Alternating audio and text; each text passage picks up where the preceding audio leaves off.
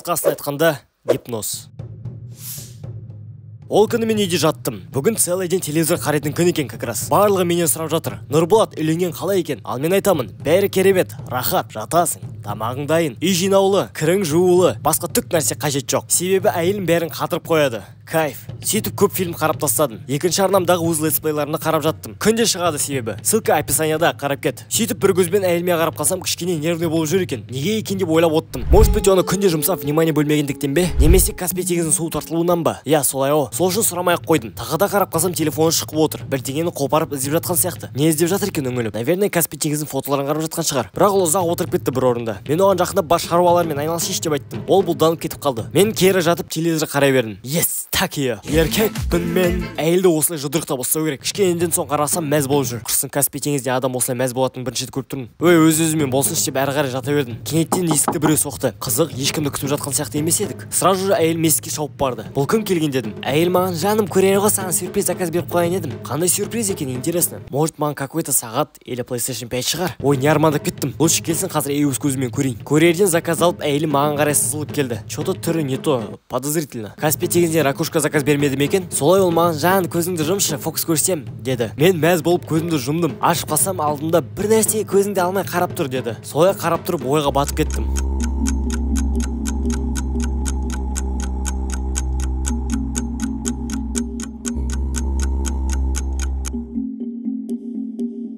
Уже надоелім шығып, үй қуасың ба, тасташ деп диванға жата салдым. Осы ма сюрприз, маған емес өзіне алып шатастырып алған ойым. Әйелім біртүрлі болып күлді де кері ас бөлмеге кетіп қалды. Қуады екен, бұны мақтаған сайын ерсіленеді походу. Жақсы, құрсыншы, мән бермей қойыншы. Бір кезде орнымнан тұрып үйді жинағым келіп кетті. Үйдің шаңын сүртіп шықтым. Шаң сорғышпен тазалап шықтым. Тіпті полды жуып шықтым. Маған еліп қалды өзі. Бұндайым жоқ еді. Бітірген соң ас бөлмеге барып ыдыс жуып кеттім. Әйелім бұрышынан сығылап видеоға түсіріп тұрды. Оданша рахмет етпейме көмектесіп жатқаныма? Өй, осы әйелдер қауымын түсінбедім. Көмектеспесең ұрыс шығарады, көмектессең мазақ қылады. Бірақ мен әйелімді қатты жақсы көремін. Соны қуантпағаныма көп болыпты. Қазір ыдыс жуып болған соң сыйлық заказ берейінші. Сөйтіп мен оған өз қалағандай әдемі орамал сыйлайын дедім. Осы орамалды қайдан қалағанын білмеймін, жай ішім сезді. Солай сыйлығы келіп әйелімді қатты қуанттым. Қуанғаннан ол секірді. Еще Каспийіне ақша салып қуантқым келіп кетті. Солай ақша салғаннан одан сайын қатты секірді. Мен де деген күшті күйеумін. Менде күйеу бұл әлемде жоқ шығар. Солай қуанған әйеліме қарап тұрсам, бетіме келіп саусақтарымен шал кетті. Басым айналып кетті. Өзімді басқа әлемнен түскендей сияқты сезіндім. Әйеліме қарасам, "Ес, шықты" деп мәз болып отыр. Мен не болды, не істедің десем, "Саған гипноз жасадым" дейді. Не?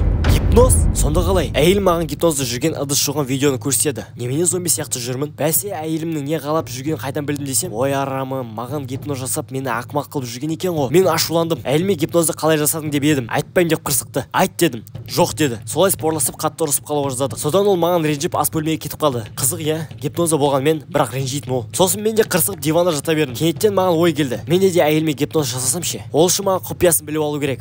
Интернетті ақтардым. Ұзақ іздедім. Ақыры таптым. Әйелім бана заказ берген зат керек екен. Колон гипнозы ма деймін бірдеңе. Кейін әйелімнің көз алдында оны шайқап ұйықтатуым керек. Сонда ғана барлығы шығады. Ақырындап жаңағы затты алуға тырыстым. Әйелім ас бөлмеде ештеңе естімеді. Сосын бана колонды лезде алып әйеліме, "Аха, ұсталдың ба? Енді мен саған гипноз жасаймын" дедім. Әйелім маған, "Тфу, мә жасай алмайсың" деді. Сол сөз жыныма тиді. Колонды шығарып көз алдына тақап, 3-ке дейін санаймын. "Ұйықта" дедім.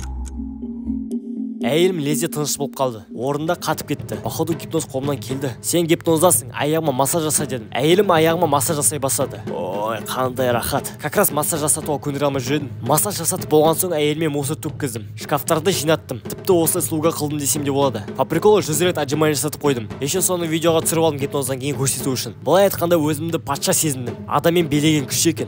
Болды, қойдым енді. Кегімді алып болдым. Ой, бана ақшамды кері жібертуге ұмытып кеттім ғой. Вот енді точно кегімді алдым. Ал енді саусағымды шауып кетейін. Әйелім есін жиды. Жиған соң сәл басы айналған сияқты. Маған ашулы көзбен қарады. Содан дереу қолымдағы колонға жармасты. Екеуміз сол үшін әбден қырылдық. Ол әрі тартты, мен бері тарттым. Мен оған қалай екен адамды мал қылған дедім. Ол мен жай ғана сенен көмек және внимание қаладым деді. Сол екеуміз колонды тартып тұрып үзіп алдық. Сөйтіп екеуміз екі жақта үнсіз қалдық. Мен оны айтқаннан жаман болғанын түсіндім. Одан барлық үшін кешірім сұрадым. Ол да менен гипноз жасаған үшін кешірім сұрады. Солай біз бірге татуластық.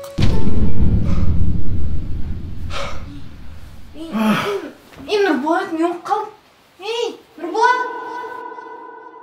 Қысқасын айтқанда, гипноз.